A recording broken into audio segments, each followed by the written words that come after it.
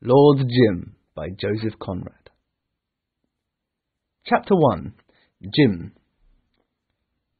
He was an inch or two under 6 feet tall and powerfully built. His voice was deep and loud, and he was always very well dressed. He worked in the ports of the Far East. He was known as Jim, just Jim. He had another name, but he was afraid of anyone knowing it, because he wanted to hide a fact, and when the fact was known, he would suddenly leave port. He was travelling slowly but surely towards the rising sun. Afterwards, when he finally decided to leave the ports behind him, the Malays of the jungle village he came to live in added another word to his name. They called him Tuan Jim, or Lord Jim. Jim had always wanted to be a sailor, and after 2 years of training he went to sea.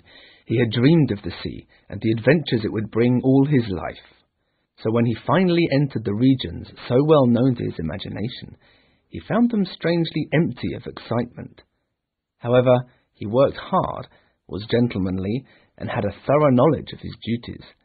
In time, when still very young, he became chief mate of a fine ship.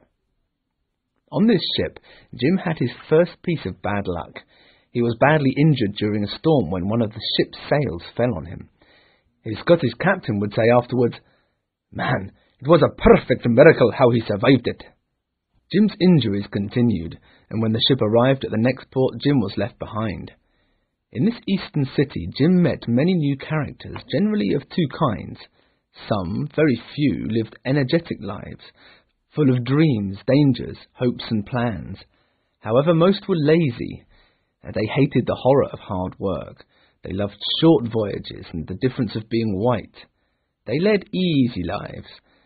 At first, this gossiping crowd seemed to be nothing more than shadows, but after a time Jim became fascinated with them and their lives of leisure. So he gave up the idea of going back to England and took the job of chief mate on a ship called the Patna. The ship was to carry 800 pilgrims to a port in the Red Sea. The captain of this ship was a German who had no love for his home country. He was enormously fat and looked like a baby elephant who had been trained to walk on his back legs. A month or so later, Jim was in court trying to explain what had happened on the Patna. This was when we first looked at each other, and I still remember Jim's story quite clearly. Everybody was there in that courtroom, as it was such a notorious story.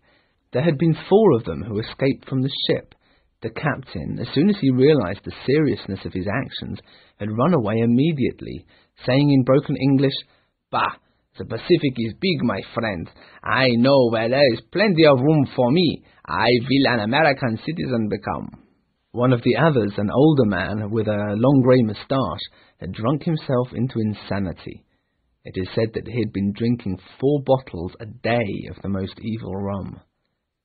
Jim was the only one of the 4 who was able and willing to stand trial, and when our eyes first met in court, he gave me a dark, unfriendly stare.